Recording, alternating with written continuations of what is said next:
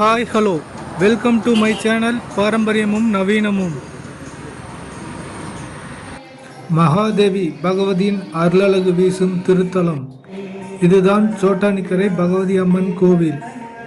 கேரளாவில் அழகிய இடங்களில் ஒன்றாக இந்த கோவில் பக்தர்களின் கூட்டம் அதிகமாக இருக்கிறது. எர்ணாகுளம் மாவட்டத்தில் கொச்சியிலிருந்து சுமார் 17 கிலோமீட்டர் தொலைவில் இக்கோவில் அமைந்துள்ளது.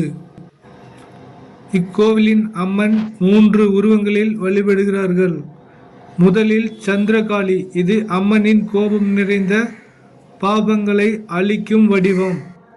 அடுத்தது சரஸ்வதி, கல்வி கலை ஞானத்தின் உருவம். கடைசியாக மகாதுர்கை, வீரத்தையும் பாதுகாப்பையும் தரும் சக்தி வடிவம்.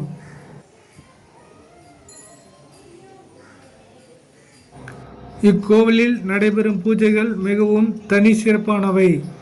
நித்திய பூஜைகள்: அதிகாலை 4 மணிக்கு நடை திறப்பு, காலை மாலை தீபாராதனை, மலர்களால் செய்யப்படும் புஷ்பாஞ்சலி.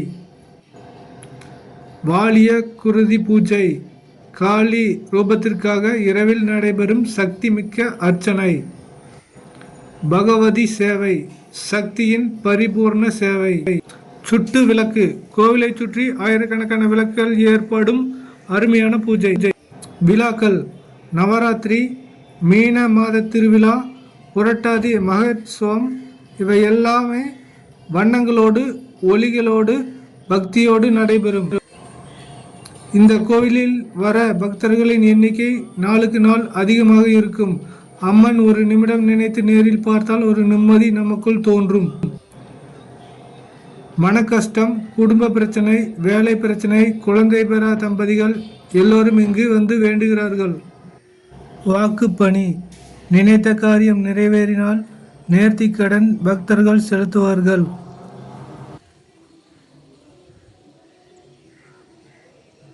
அதோடு இங்குள்ள நாகதம்பிரான் சன்னதி நாகதோஷ நிவர்த்தனைக்காக பிரசித்தி பெற்றது.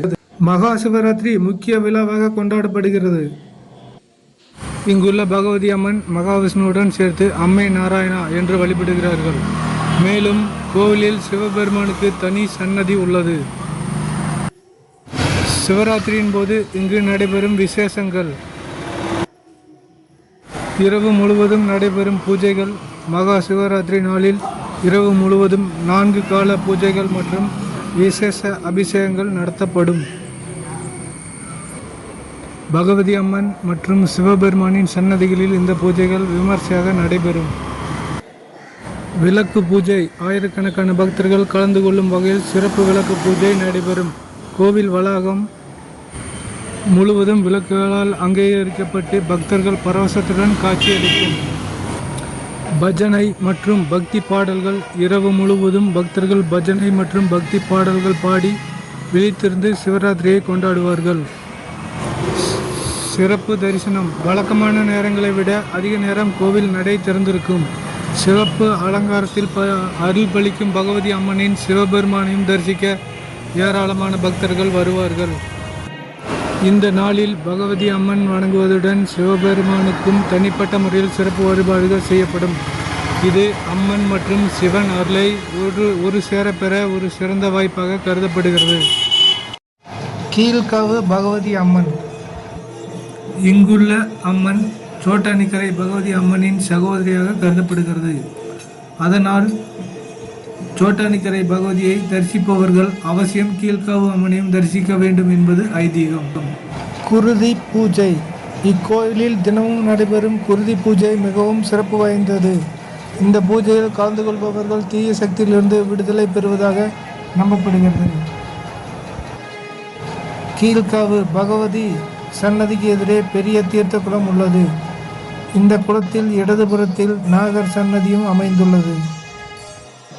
சோட்டானிக்கரை பகவதி அம்மனை தரிசிக்க செல்லும் போது முதலில் கீழ்காவு பகவதியை வழிபடுவது சிறந்தது. இக்கோவிலில் வருபவர்கள் தங்கள் துன்பங்களை நீக்கி மன அமைதியை பெறுவார்கள் என்பது பக்தர்களின் அசைக்க முடியாத நம்பிக்கை. சோட்டானிக்கரை பகவதி அம்மன் கோவிலில் பிரதான தெய்வமான பகவதி அம்மனை தவிர பல துணை தெய்வங்களும் உள்ளன. கோவிலில் பிரதான வளாகங்களிலும் கீழ்காவு பகுதியிலும் சில முக்கிய தெய்வங்களும் உள்ளன. சோட்டானிக்கரை பகவதி அம்மன் கோவில் மாசி மகம் திருவிழாவை மிக சிறப்பாக கொண்டாடப்படுகிறது. இத்திருவிழா கேரளாவில் முக்கிய வழிபாட்டு நிகழ்வுகளில் ஒன்றாகும். சோட்டானிக்கரைக்கு செல்ல ரயில் நிலையங்கள் மேலே கொடுக்கப்பட்டுள்ளது. வீடியோ பிடிச்சிருந்தால் லைக் பண்ணுங்கள், சப்ஸ்கிரைப் பண்ணாதவங்க சப்ஸ்கிரைப் பண்ணுங்கள். மீண்டும் ஒரு நல்லதொரு வீடியோவில் சந்திப்போம். நன்றி.